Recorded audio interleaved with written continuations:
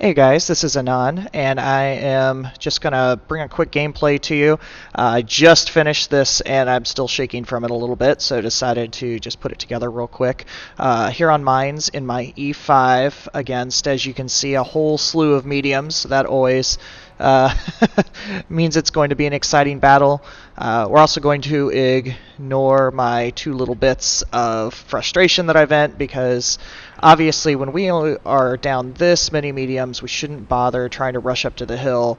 And of course, our two mediums go directly up to the hill, and you can see the suicide coming from a mile away. So a little frustrated when that happens.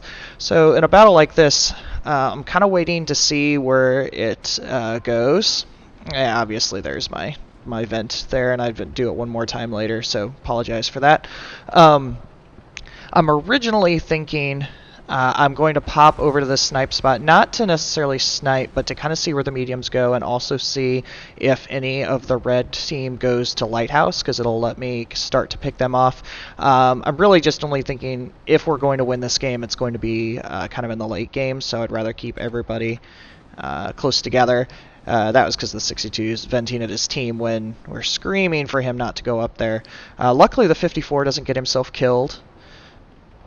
So we're just kind of seeing where this develops. The E50 drops down, which I kind of figured at least one would pop down at some point. And he's going after the E4. So I see the 62, so decided to take that free shot before I go and try and save him. Also to kind of scoot him back a little bit. I figure as I'm going across here, I'm going to get spotted and shot, so I'm trying to take as little damage as possible. I do take that shot, but I really want to try and keep this big gun alive, because our guys at the hill probably aren't going to fare well, so any tanks that are kind of left on the fringes are what's our best chance of winning. So go charging into the E50. The T62 comes down to help him also.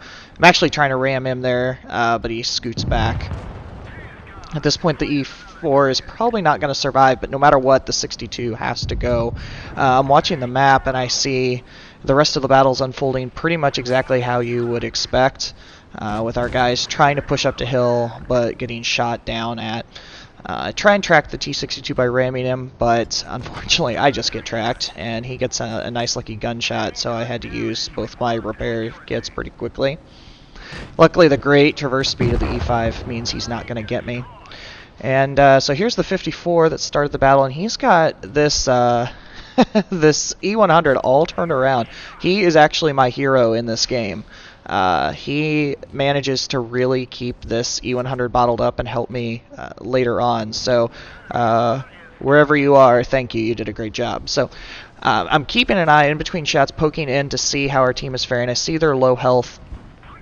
So I'm not going to go over there and try and help them. Getting rid of this giant full health when we started this kind of little engagement, E100 is the best thing we can do. And now I can see especially that other teammate's totally turned around. Look at this little 54 go, circle, circle, keeping him all tied up. It's great. I'm not rushing in because I don't want to take extra shots from him, and he's doing such a good job. There's no reason for any of us to take damage from this E100. So now we can finish him off, and the 54 again does the smart thing of turning around and coming up to me. We've got some nice advantages to staying up, and we certainly don't want to be exposed by running down into the middle, because it's still 2 to 4. So kind of start to circle around. The Jagdtiger comes sneaking up and have a shot, just kind of dirt. The 54 exposes himself to try and get shots on us. So the great accuracy of this E5 gun, I can turn and get the snapshot. It's kind of a gift for us to be able to do that. I switched to heat because I seem to get trolled by Jagdtiger armor quite a bit. That slope seems to get me. So the STB pops up where the 54 was, and I'm thinking he's just going to peek-a-boom. But luckily is focused on the T54 and lets me get that nice shot into his side. This is also when I just start to notice that we've gotten caught up and that I have 5 kills. So the shaking hands that comes along with a possible raisin starts to happen. The 54 dies, but he's done such a great job keeping them occupied that lets me finish off the Jagdtiger. And now I've got just the E50. Get a nice shot kind of into his side there. And at this point, I'm actually, with the time, worried he's going to try and run away. So I peek up by this rock because not only does it keep my hole protected, if he tries to run away, it means I can shoot him in the backside. So again, the great accuracy of the E5.